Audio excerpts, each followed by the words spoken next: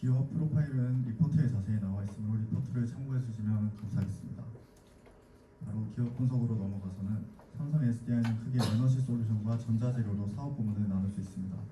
그중 에너지 솔루션이 매출의 약 90%를 담당하고 있어 동사는 2차전지 배터리 기업으로 볼 수 있겠습니다. 먼저 품목별 매출의 추이를 살펴보면 최근 전기차 수요 둔화와 고객사 재고 조정으로 인해 전사 실적에 단기적인 부담이 작용하고 있습니다. 그러나 ESS 부분에서 4분기 기준 역대 최고 분기 매출을 기록하며 하락세를 멈추고 ESS의 뚜렷한 성장을 보여줬습니다. 다음으로 밸류체인과 공급 계약을 살펴보도록 하겠습니다. 동사의 ESS 관련 주요 수주 내역을 보시면 넥스테라를 비롯한 미국 고객사와 조 단위의 장기 계약을 체결하고 있습니다. 여기서 주목할 부분은 제품 믹스의 다변화입니다. 기존 프리미엄 NCA 배터리뿐만 아니라 새롭게 떠오르는 LFP 배터리와 일체형 솔루션인 SBB를 병행 공급하며 북미 고객사의 다양한 니즈를 충족시키고 있습니다. 이러한 수주 경쟁력은 하단에 보이시는 견고한 공급망에서 나옵니다. 동사는 검증된 국내 소재 파트너들과 협력하여 소재 국산화를 높이는 동시에 FEOC라 불리는 우려 외국 집단 규제에 저촉되지 않는 북미 현지 공급망을 구축하는 데 역량을 집중하고 있습니다.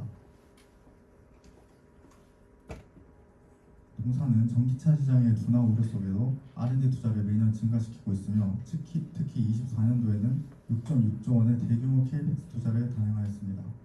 스텔란티스, GM 등 글로벌 완성차 업체와의 북미 합작 법인을 통해 북미 지역 내 생산 능력을 확보하였고 이는 현지 생산을 통해 IRA 법안에 따른 세액 공제 수혜 기반을 마련한 것입니다.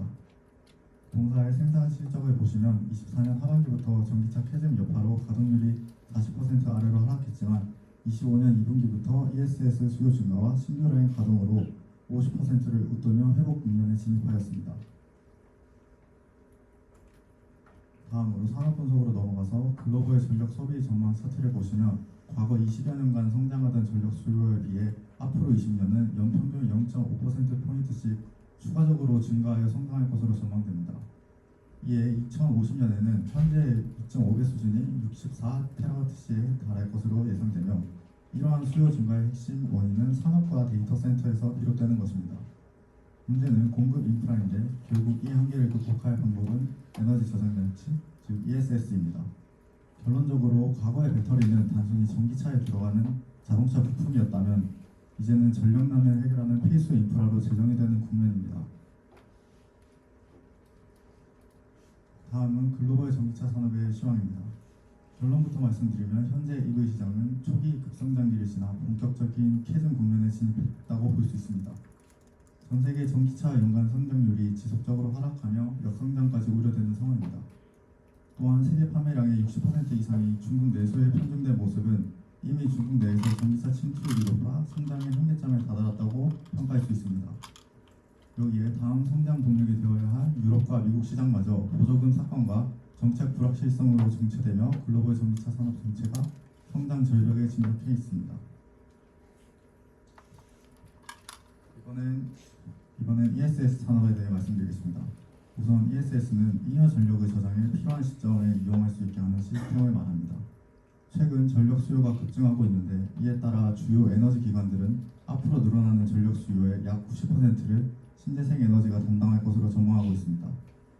그러나 신재생 에너지는 발전량이 날씨에 크게 좌우된다는 본질적인 한계가 있어 이러한 변동성을 관리하고 안정적으로 전력을 공급하기 위해서는 ESS의 역할이 필수적인 상황입니다. 이 상황에 맞춰 현재 ESS 산업의 밸류체인은 점차 고도화되고 있습니다. 단순히 배터리 셀을 제조하는 단계를 넘어 최종 시스템 통합과 시공 등 하위 단계로 확장되고 있으며 밸류체인 하위 단계로 갈수록 부가가치는 더욱 높아집니다. 완제품 솔루션을 제공함으로써 고객의 자사 생태계에 묶어두는 낙인 효과가 강하게 나타나 이것이 기업의 핵심 수익원이 되고 있습니다. 현재 글로벌 ESS 배터리 시장의 케미스트리 경쟁에서 LFP 배터리가 압도적인 대세로 자리 잡았는데 그 이유로 첫 번째는 배터리 원가 구조입니다. 기존 NCM 배터리는 비싼 양극재 재료로 원가 부담이 매우 큰 반면 LFP는 철과 인을 사용하여 양극재 비용을 3분의 1 수준으로 낮췄습니다. 두 번째로 전기차와 달리 ESS는 공간 제약이 적으며 대신 배터리의 안정성이 훨씬 중요합니다. LFP는 NCM 대비 사이클 수명이 3배 이상 길고 고온에서의 열 안정성이 뛰어나 ESS 환경에 최적화되어 있습니다. 미국의 ESS 시장에 대해 살펴보겠습니다. 미국의 경우 연간 신규 ESS 예상 설치량은 28년까지 연평균 24% 증가할 것으로 예상되며 중국을 겨냥한 정책들도 주요 이슈로 떠오르고 있습니다. 비전기차용 배터리에 대한 대중국 관세율은 기존 7.5%에서 약 3배 오른 25%에 형성되며 이에 따라 non-FPV 제외 조달 비중이 2030년 85%까지 높아질 것으로 예상됩니다. 첫 번째 투자 포인트는 삼성 SDI의 실적 구조 전환입니다. 24년 14.5%였던 ESS 매출 비중이 26년에는 30.4%로 예상되며 2배 이상 가파르게 확대되어 회사의 주력 수익 창출원이 EV에서 ESS로 교체되는 초입임을 나타내고 있습니다. 이러한 구조적 전환을 이끄는 것은 글로벌 BESS 수요가 2030년 920GWh로 2026년 대비 2배가량 급증하는 데 있습니다. AI 데이터 센터가 촉발한 전력난 빅테크 기업들이 안정적인 전력망 확보를 사활을 거는 상황에서 동사의 통합 솔루션 SBB 출시로 수요를 흡수하고 있습니다. 무엇보다 ESS용 배터리의 영업이익률이 EV에 대비해서 2배가량 높다는 점에 주목해야 합니다. 고마진 제품인 ESS가 성장을 주도하면서 전사 마진율을 끌어올리는 믹스 개선 효과가 본격화될 것입니다. 두 번째 투자 포인트는 미국 정책 수요를 바탕으로 한 논차이나 LFP 프리미엄 형성입니다.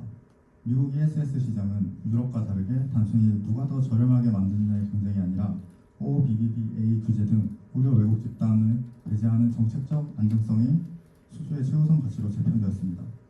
이러한 정책의 결과는 셀 가격 추정에서 돋보이는데 24년 10.9%였던 관세가 26년 48.4%까지 폭등하며 미국 내 생산 한국 LFP 배터리 가격과 중국산 가격의 격차가 좁혀지는 것에 더해 AMCP 보조금으로 오히려 한국산 배터리가 더 저렴해지는 현상이 일어나는 것입니다.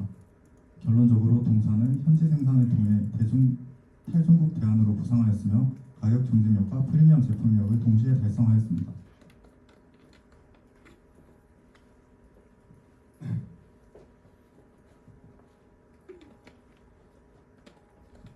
네, 분리의 시점 말씀드리겠습니다. 우선 저희 본팀은요 방법론으로 다모다란식 DCF를 채택했고요. 2025년 기준으로 삼성 SDI는 적자 기업이기 때문에 현재 이익을 기반으로 한 멀티플은 적절히 반영하기 어렵다고 판단하였습니다. 그래서 저희는 26년부터 23년까지 8기년의 FCF를 추정하여서 이를 할인하고 TV를 가산하는 방식으로 기업 가치를 산출했습니다. 왁은 이따 할인율 파티에서 다시 호술하겠습니다. 본팀은 DCF와 EV의 벡터를 교차 검증하였으며 주요 키 어썸션은 밑에 있는 표 참고해 주시면 감사하겠습니다. 매출 추정입니다. 매출 추정은 바텀업 방식을 채택하였고요. 전체 매출을 6가지의 블록으로 분리하였습니다. 각 블록에 대해 기가와트와 추정하였고 ASB와 환율을 멀티플하여 산출하였습니다. 특히 북미 ESS 블록 같은 경우에 AMPC 세액 공제와 직결되기 때문에 분리 추정이 불가피하였습니다. 비용 추정입니다. 매출 원가율은 2026년 80.5%를 기점으로 점진적인 개선을 가정하였고요. 환관 비율 같은 경우에는 26년에서 2030년까지 빠르게 하락할 것으로 조정하였습니다. 이에 대한 근거는 북미 ESS 매출이 본격 확대되는 27년 빠른 수렴이 가능할 것으로 판단하였습니다. 유효 법인세 같은 경우에는 전 기간에 걸쳐서 21%를 적용하였고 다만 영업이익의 움직임 구간에서는 세금 납부인가 발생하지 않으므로 노블 상출 시 해당 연도의 세율을 제외하였습니다. 순이자 비용 같은 경우에는 FCF에서 반영하지 않았고 왁을 통해 간접적으로 반영하였습니다. 수익인데 매출 추정과 비용을 고려한 수익이라고 보시면 될 것 같습니다.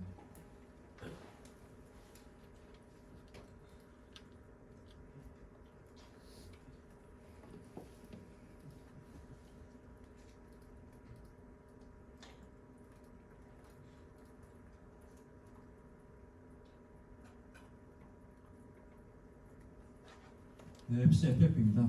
FCFF는 노플렛에다가 DNA를 더하고 FX와 손전 자본을 제한 금액으로 산출했습니다. 적자 구간에서는 영업이익이 음수이므로 노플렛은 영업이익으로 처리하였습니다. 표 보시면 아시겠지만 27년에는 캐펙스 픽과 손자본의 증가가 겹쳐서 FCF가 저점을 기록합니다. 하지만 2029년부터는 흑자 전환이 예상되고 있습니다. 가장 중요한 것은 WAC이라고 생각했는데요. 저희 팀은 다무다란식 바텀업 베타를 방식으로 채택하였으며 동사는 88%의 매출이 해외에서 발생하고 있기 때문에 이를 고려하기 위해서는 한국 공인회사의 가이던스인 MLP 8%보다 다무다란식 인플라이드 ERP를 적용하는 것이 더 적합하다 생각하였습니다. 우선 다들 CAPM이나 한마다씩을 공부하듯이 아시겠지만 먼저 비례버제트 베타를 가정평균으로 조정한 뒤에 그 다음에 동사의 현재 자본 구조를 이용하여서 다시 재레버리징하는 식으로 리얼버제트 베타는 1.17 정도 나오는 것으로 볼 수 있습니다. CDS를 시작별로 가정평균하게 되면 1.04% 나오고요. 여기다가 한국 시장의 미국 대비 변동성을 적용하면 최종 CRP는 1.55%가 나옵니다. 자기 자본 비용 같은 경우에는 10.77%가 나오고 세후 부채 비용은 3.51%가 나옵니다. 이를 가정 평균하면 최종적으로 기본 베이스 왁은 9.29%가 나오며 시나리오별로 베어 케이스는 10%, 볼 케이스는 8.5%를 적용하였습니다. 밸류에이션과 TP입니다. 초기 5년은 같은 세상을 보되 점상화 속도, 마진 레벨, 할인율, 그리고 코스레이스를 다르게 설정하여서 두 개의 장기 시나리오를 설정하였고요. 각각 업사이드와 다운사이드를 고려한다고 보시면 되겠습니다. 시나리오별로 33년도에 FCF를 기준으로 TV를 계산하였고 그 TV를 시나리오별 다른 왁을 사용하면서 현가를 할인하였습니다. 26년부터 33년까지 FCFF의 PB의 합과 위에 말씀드린 TV의 현가를 더해서 이익을 산출하였습니다. 그 산출한 것에 순차익분을 상감하여 에quity 밸류를 도출하였고 이를 발행 주식수로 나눠 적정 주가를 산출하였습니다. 추가적으로 앞서 말씀드렸다시피 EBITDA까지 표차 검증을 하였는데요.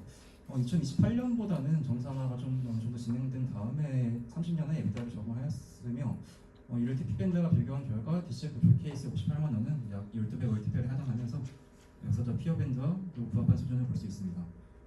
최종적으로 저희 이번 팀은 목표적 58만 원을 제시하며 투자 의견은 바이를 제시합니다. 다만 EV 캐즘이 지속되거나 ESS 매출에 대한 확대가 그렇게 호조 개선이 이루어지지 않을 경우 하방 리스크도 있음을 유의해 주시면 감사하겠습니다.